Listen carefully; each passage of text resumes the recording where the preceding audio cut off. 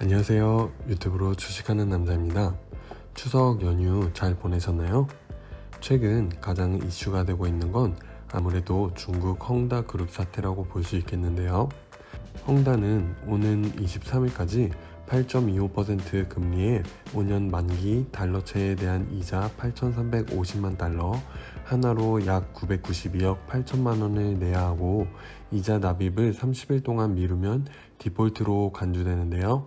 같은 날 위안화 채권 2억 3,200만 위안, 한화 약 425억 4천만 원의 쿠폰 만기도 도래한다고 합니다.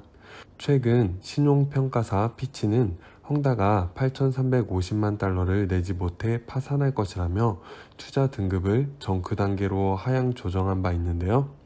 일각에서는 이를 제2의 리먼 브라더스 사태가 될 것으로도 보고 있지만 전문가들은 그때와 같은 최악의 상황은 일어나지 않을 것이라고 보고 있다고 CNBC 방송이 보도하였습니다. 규모가 너무 크다 보니 중국 정부가 구조조정 등을 통해 사태 확산을 방지할 것이라는 게 가장 현실적이지 않나라고 생각되지만, 만일 최악의 경우로 헝다가 파산하는 경우 이 영향이 결코 가볍지는 않을 것이라고 생각되는데요. 오늘도 다소 불편하겠지만 위기감을 상기시키기 위해 한 번 더 현재 증시에 영향을 줄 수 있는 이슈를 짚고 넘어가려고 합니다. 첫 번째, 계속해서 테이퍼링 이슈가 있고요. 두 번째로 금리 상승 이슈가 있습니다. 지금까지는 이렇게 크게 두 가지를 언급해왔는데 이번에 헝다그룹 이슈가 새롭게 추가되었다고 볼 수 있겠습니다. 그 외에도 구조적으로 여러 가지 크고 작은 이슈들이 있겠지만 커다란 글로벌 이슈는 이렇게 세 가지로 추려볼 수 있지 않을까 생각해 보는데요. 우선 테이퍼링에 대해서는 23일 새벽에 공개될 연준의 9월 FOMC 회의 내용에 주목해야 되겠습니다. 이번 FOMC 회의에서는 테이퍼링에 대한 이야기가 어떻게 나올지가 가장 중요할 것으로 보이는데요. 테이퍼링에 대해서는 현재로서는 만족할 만한 고용 회복이 되지 않았기 때문에 좀 더 미뤄질 수도 있다고 보고 있고요. 아마도 11월 FOMC 회의 때 좀 더 가시화되지 않을까 하는 시각이 강한 것 같습니다.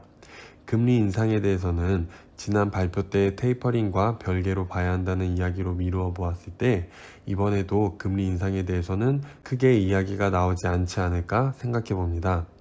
헝다그룹 사태에 대해서는 현재 헝다그룹의 부채가 355조 원 가량으로 알려져 있는데요.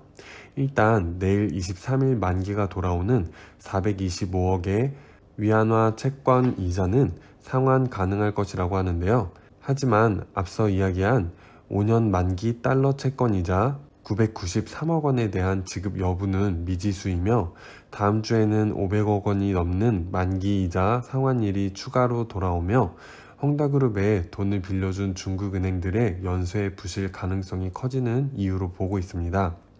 어찌됐든 우리가 알아야 할 것은 이와 같은 미해결 글로벌 불안 요소들을 안고 있는 살얼음판에서 적극적인 투자를 하기보다는 쉬어가면서 보수적으로 투자에 임해야 하겠다고 생각되고요.